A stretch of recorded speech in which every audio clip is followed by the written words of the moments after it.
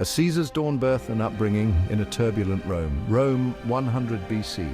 The city was a sprawling metropolis, a hub of culture, politics, and commerce. Its streets were alive with the sounds of merchants hawking their wares, citizens engaging in animated discussions, and the ever-present clamor of construction as new buildings rose to meet the sky.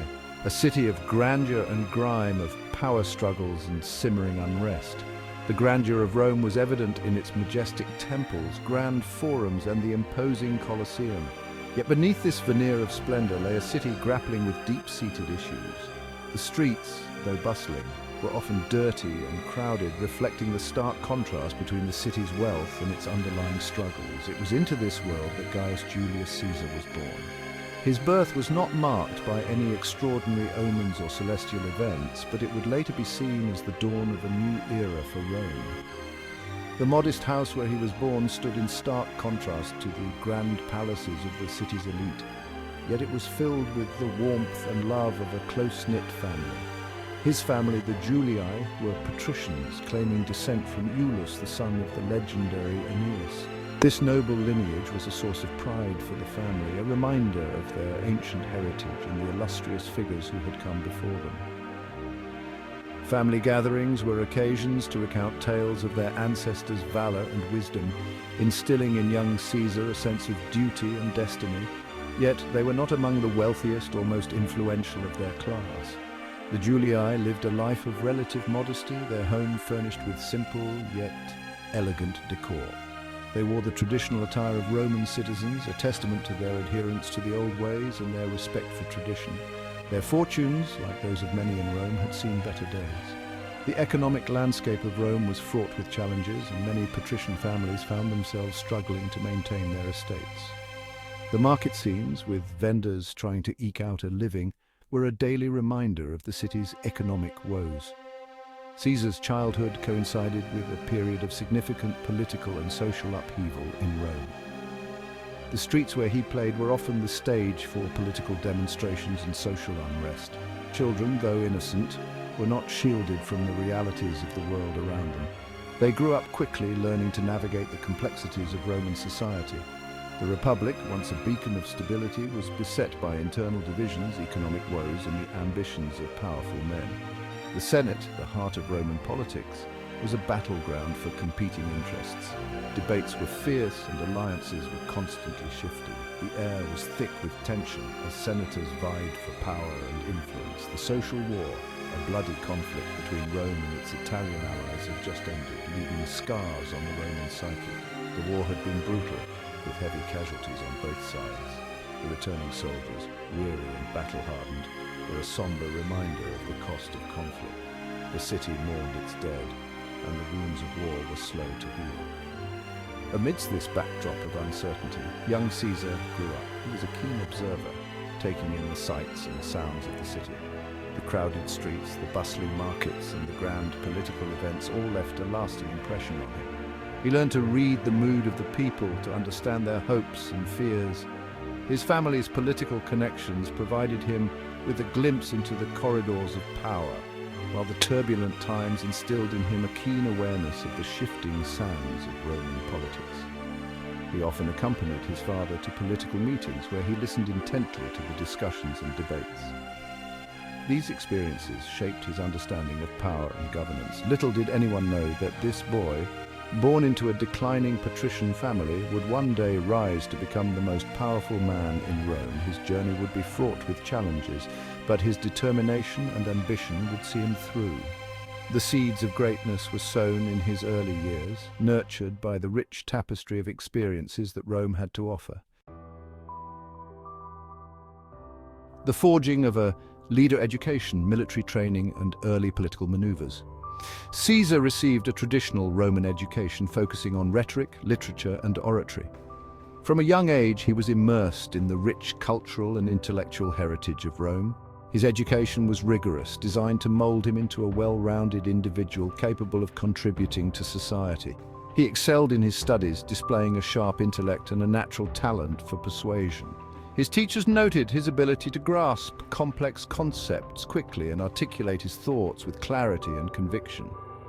This early display of brilliance set him apart from his peers. His education was not confined to the classroom, however. The vibrant streets of Rome, filled with merchants, philosophers, and politicians, provided a living classroom where young Caesar absorbed the nuances of Roman life. He learned as much from observing the world around him as he did from his formal studies. Rome itself, with its bustling forums, political intrigues, and military triumphs, served as a constant source of learning. The forums were the heart of Roman public life, where ideas were exchanged and decisions that shaped the empire were made. Caesar often found himself amidst these discussions, soaking in the strategies and rhetoric of seasoned politicians. As a young man, Caesar embarked on the mandatory military service required of all Roman citizens of his standing. This was a crucial phase in his development, as it exposed him to the discipline and rigor of military life. The training was intense, designed to prepare soldiers for the harsh realities of war. He served with distinction in various campaigns, proving himself a courageous soldier and a capable commander. His bravery in battle earned him the respect of his peers and superiors alike. Caesar's ability to remain calm under pressure and make quick, decisive actions was evident from the start. It was during this time that he honed his military skills, developing a keen strategic mind and an ability to inspire his troops. He learned the importance of logistics, the value of intelligence, and the necessity of maintaining high morale among his men. These experiences were invaluable, shaping him into a leader who could command both respect and loyalty. Returning to Rome, Caesar's political ambitions began to take shape. He was no longer just a soldier, he was a man with a vision for Rome's future. The skills and experiences he had gained in the military were now tools he could use to navigate the complex world of Roman politics. He leveraged his family name, his military experience, and his growing reputation for eloquence to navigate the treacherous waters of Roman politics. His speeches were powerful, his arguments compelling. He knew how to appeal to the emotions of his audience, whether they were fellow politicians or the common people of Rome. He secured important positions within the Roman government, serving as a military tribune and later as quaestor, gaining valuable administrative experience and further expanding his network of influence. These roles allowed him to understand the inner workings of the Roman state, from its military strategies to its financial policies. Each position he held was a stepping stone, bringing him closer to his ultimate goal of transforming Rome. The rise of the triumvirate Caesar, Pompey, and Crassus, an alliance forged in ambition. The Roman Republic, though ostensibly a democracy, was in reality controlled by a small group of powerful men. These men wielded immense influence, shaping the political landscape to suit their own interests and ambitions. The Senate, filled with aristocrats and seasoned politicians, often found itself at the mercy of these power brokers. Among them were Gnaeus Pompeius Magnus, known as Pompey the Great, a celebrated general fresh from his victories in the East. Pompey had earned his reputation through a series of military campaigns that expanded Rome's territories and brought immense wealth to the Republic. His triumphs made him a hero in the eyes of the people and a formidable force in Roman politics. And Marcus Licinius Crassus, a ruthlessly ambitious politician and one of the wealthiest men in Rome. Crassus had amassed his fortune through shrewd investments and a keen eye for lucrative opportunities. His wealth gave him significant leverage in the political arena, allowing him to buy influence and secure the loyalty of key figures. Caesar, recognizing the shifting tides of power, saw an opportunity to advance his own ambitions by forging an alliance with these two titans. He understood that aligning himself with Pompey and Crassus would provide him with the resources and support needed to climb the political ladder. Caesar's keen political instincts and charismatic leadership made him a valuable ally. Thus was born the First Triumvirate, an unofficial but formidable pact between Caesar, Pompey, and Crassus. This alliance was not sanctioned by the Senate, but its power was undeniable. The triumvirate allowed these three men to pool their resources and influence, effectively controlling the Roman Republic from behind the scenes. Each man brought to the table his own strengths and ambitions. Their combined influence created a political juggernaut that could not be easily opposed. The triumvirate's power was such that it could bypass traditional political processes and impose its will on the Republic. Pompey, eager to consolidate his military glory into political dominance, sought land for his veterans and the ratification of his eastern settlements.